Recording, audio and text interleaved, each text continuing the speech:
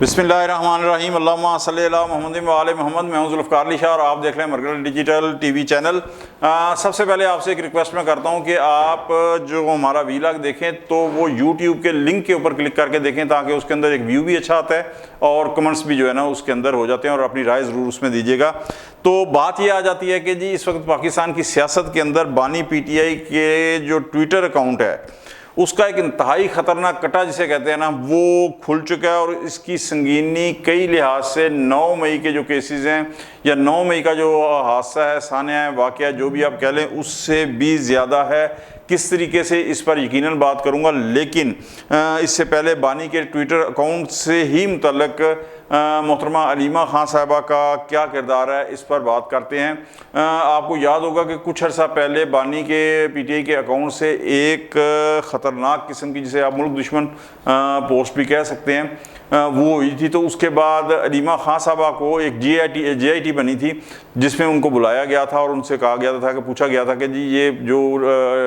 बैरून मुल्क से खान साहब का ट्विटर अकाउंट चलता है तो ये चलाता कौन है और उन तक ये मालूमात पहुंचती कहाँ से है। तो अलीमा खान साहबा ने कहा था कि जी मैं बानी PTI के जो है वो पैगाम मेरे पास होते हैं और मैं उन्हें जबरान इलियास को भेजती हूँ। तो अलीमा खान साहबा ने ये बात मीडिया में भी कही थी, ठीक है जी। अच्छा, इसके हवाले से ये एक तो अलीमा खान साहबा की बात हो गई। इसके अलावा जेल के अंदर आपको ये भी याद होगा कि कुछ अर्सा पहले 7 रुकनी एक जो गिरोह था वो पकड़ा गया था, जो कालें भी करवाता था खान साहब से और इस तरीके से मैसेजेस भी जो है करवाता था, और जिसकी वजह से यानी आप ये देखें कि खान साहब कैद तन्हाई का शिकार हैं, ये दावा किया जाता है तहरीक इंसाफ की वजह से। लेकिन माशाल्लाह 300 से ज़ायद आर्टिकल उनके छप चुके हैं दुनिया के मुख्तलिफ अखबारात के अंदर। अब ये सारा बहरहाल वो तो 7 रुकनी गिरोह जो था वो पकड़ा गया। अच्छा, अब एक चीज़ से आगे, पहले कि मैं आगे बढ़ूँ, जिस जगह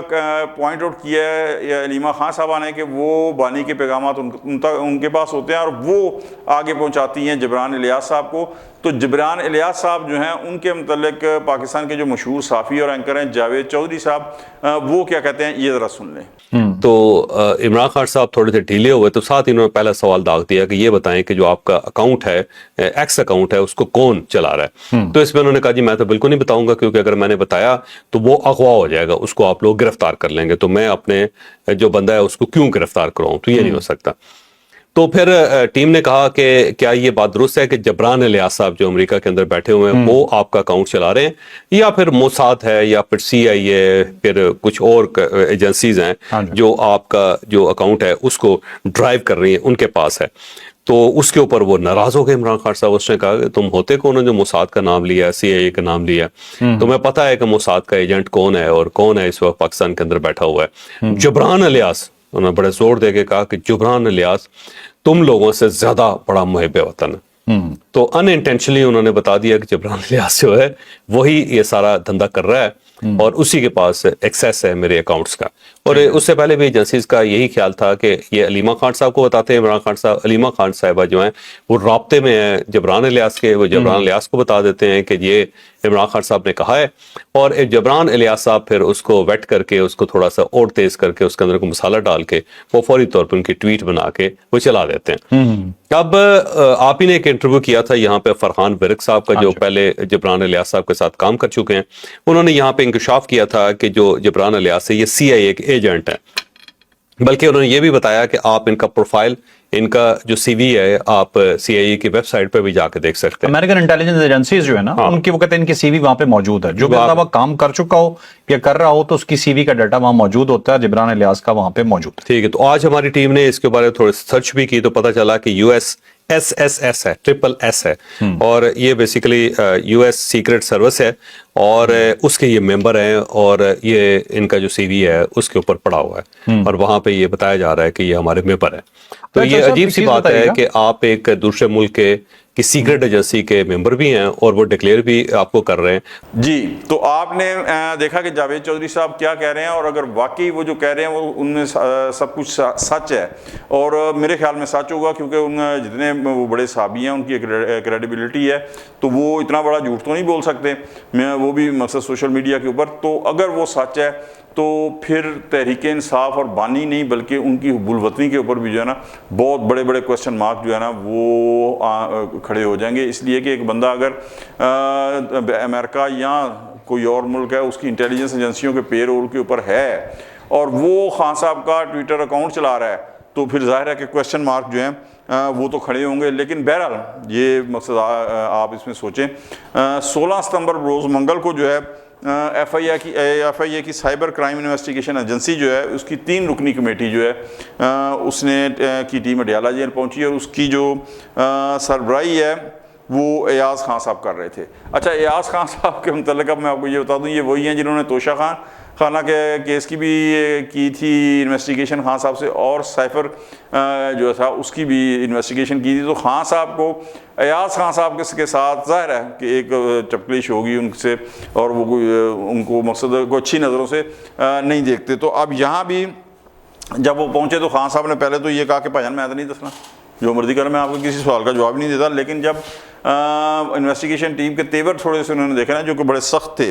तो उस पर वो जो सुनने में आया है कि वो थोड़े परेशान हुए, बल्कि काफ़ी से ज़्यादा कहते हैं कि परेशान हुए और उन्होंने फिर आखिर में कहा कि जी आप सवालनामा दे दें, मैं वो अपने वकीलों से पूछ के उनके सामने तो वो जिस उनकी राय के साथ या उनकी जो है मशावरत के साथ एडवाइज़र के साथ मैं उसके बाद जो है ना वो आपको जवाब देता हूँ। अब बात ये आ जाती है कि जी जबरान इलियास हों, अज़हर मिशवानी हों या शहबाज गिल और दीगर ये सब बैरून मुल्क बैठ कर तहरीक इंसाफ का सोशल मीडिया और बानी का एक्स अकाउंट जो चला रहे हैं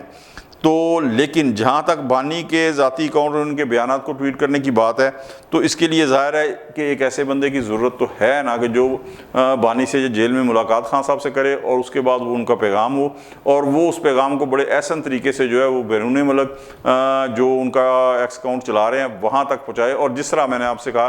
कि अलीमा खान साहबा ने जो है वो ये कहा है कि जी जबरान इलियास ने जो है वो उन तक जो है पहुंचाती है। और ये चीज़ मैं आपको एक चीज़ बताऊं कि जब इन्वेस्टिगेशन टीम ने जो 3 रुकनी FIA की साइबर क्राइम इन्वेस्टिगेशन एजेंसी की टीम थी उन्होंने जब ये कहा कि जी जबरान इलियास जो है वो मकसद इज़राइल के पेरोल पे मुसाद पे या किस पे इस तरह कहा तो वहाँ खान साहब थोड़े से कहते हैं भड़क उठे। उन्होंने गैर शौरी तौर पे लाशौरी तौर के ऊपर कहा कि जबरान इलियास तो आपसे भी ज़्यादा मुहिब वतन है। यानी एक तरह से उन्होंने भी ये एतराफ़ कर लिया कि उनका एक्स अकाउंट जो है वो जबरान इलियास जो है वो पहुँचा रहे हैं। अब बात ये आ जाती है कि जब अलीमा खान साहबा ने ये मकसद तस्लीम कर लिया, एतराफ़ कर लिया, इकरार कर लिया, बयान दे दिया कि जनाब वो जबरान इलियास हैं तो फिर खान साहब से इसकी इन्वेस्टिगेशन करने की क्या ज़रूरत थी। तो बात यह है कि जिस कदर मकसद हसास मैटर है ये क्योंकि उनके ट्विटर अकाउंट से जिस तरह की पोस्टें होती हैं वो बड़ी ख़तरनाक हैं। तो उससे अगर सिर्फ अलीमा खान साहबा का जो बयान है ना वो काफ़ी नहीं होगा, उसके लिए फिर ज़ाहिर है कि इमरान खान साहब जिनका अकाउंट है और जो क्लेम होता है कि जी ये खान साहब का बानी का अकाउंट है और वहाँ से जो कुछ भी आज तक ट्वीट हुआ है उस पर खान साहब ने कभी तरदीद नहीं की और उस पर कोई एतराज़ भी नहीं किया और ना ये कहा कि ये मेरा मौक़िफ़ नहीं था। तो उनसे भी जो है वो इन्वेस्टिगेशन करना जो है ना वो लाजम है। अब खान साहब के लिए प्रॉब्लम ये आ जाती है कि उन्हें अंदाज़ा ही नहीं है कि उनके अकाउंट से जो कुछ ट्वीट हो रहा है वो किस हद तक ख़तरनाक है और उन्हें इस चीज़ का भी अंदाज़ा नहीं है कि वो जिस तरीके से मकसद वो एक इनकलाब को रख के ना ज़हन के अंदर वो ट्वीट्स करते हैं और बयानात भी उसी तरीके से देते हैं, लेकिन उन्हें ये अंदाज़ा नहीं हो पा रहा कि तारीख पूरी को आप छान लें तो जब आप इनकलाब के लिए निकलते हैं ना तो फिर इनकलाब के 2 ही रिज़ल्ट होते हैं, या वो कामयाब होता है तो इनकलाब होता है या कामयाब नहीं होता तो बयान फिर अगर कामयाब हो जाए तो तख्त है और कामयाब नहीं होता तो फिर उसकी कीमत चुकानी पड़ती है। क्यों कि आप अगर रियासत मुखालिफ बयानियाँ लेके चलेंगे, आप अगर रियासत के ख़िलाफ़ चलेंगे, आप अगर रियासत के एंटी हो जाएंगे तो उस तरह के ट्वीट्स करेंगे तो फिर जाहिर है कि आपको उसकी कीमत चुकानी पड़ेगी। और मैं इसीलिए ये कह रहा हूँ कि 9 मई के अंदर तो ये है ना कि कोई गवाह आया कोई नहीं आया, जनाब ये सच्चा गवाह है, ये झूठा जो है गवाह है, ये CCTV की वीडियोज़ नहीं है और ये मतलब बहुत सारे चीज़ें जो है ना वो आप बयानियाँ बना सकते हैं। हालांकि सारी वीडियोज़ मौजूद हैं, ऑडियो वीडियो सब मौजूद हैं, लेकिन ये जो एक्स अकाउंट वाला मामला है, ये जो ट्विटर वाला मामला है, इसके तो सारे के सारे जो ट्वीट्स हैं वो मौजूद हैं, और अगर कभी कोई डिलीट कर भी देता है तो जिन्होंने रिकॉर्ड रखना होता है वो पहले वो उनका रिकॉर्ड रख लेते हैं। तो इसके अंदर किसी ना गवाह की ज़रूरत मेरे ख्याल में पड़ेगी। मैं एक बात कर रहा हूँ, बिल्कुल ज़ाहिर है गवाह होंगे, लेकिन सिर्फ जो ट्वीट्स हुए हैं उनकी आप सामने रखें कि भाईजान ये ट्वीट्स है, और खान साहब इकरार करें कि जी ये बिल्कुल ये मैंने किया है, ये मेरा है, मैं इसे ऑन करता हूँ, तो ये 9 मई से ज़्यादा जो है वो ख़तरनाक केस हो सकता है, क्योंकि इसके अंदर बहुत ज़्यादा जो है रियासत मुखालिफ, में बड़ा नरम लफ्ज़ इस्तेमाल कर रहा हूँ, रियासत मुखालिफ, अदरवाइज़ जो इन्वेस्टिगेशन टीम इस्तेमाल करेगी वो मुल्क दुश्मन पोस्टें जो है ना वो करेगी। तो ये आने वाले दिनों के अंदर 9 मई से ज़्यादा जो है ख़तरनाक केस इमरान खान साहब के लिए हो सकता है। इसके लिए अभी से अगर खान साहब अपना ज़हन बनाएं कि उन्हें क्या करना है, अदरवाइज़ अगर वो इनकलाब लेके चलेंगे ना तो फिर आप ये देख लें कि वो तमाम कालेमी एहतजाज की नाकाम होती हैं। इनकलाब आता है अवाम के सर के ऊपर, अवाम की हमायत से। जब अवाम ही आपके साथ नहीं है, जब अवाम ही आपके लिए नहीं निकल रहे, तो फिर थोड़ा सा वक्त और हालात के तकाज़ों को देख कर जो है वो इंसान जो है ना वो कहते हैं वो गीली ज़मीन देख के जो है कदम रखता है। तो आज तक के लिए इतना ही। अगर आपको हमारा वीलॉग अच्छा लगे लाइक कर दें, दोस्तों तक शेयर कर दें, और हमारे मरगला डिजिटल टीवी चैनल को सब्सक्राइब कर दें, और बेल आइकन का बटन लाजमी दबा दें ताकि नई आने वाली जो वीडियोज़ हैं वो बर वक्त आप तक पहुँच सकें। अगले वीलॉग तक के लिए जुल्फ़िकार अली शाह को इजाज़त दें। अल्लाह हाफ़िज़।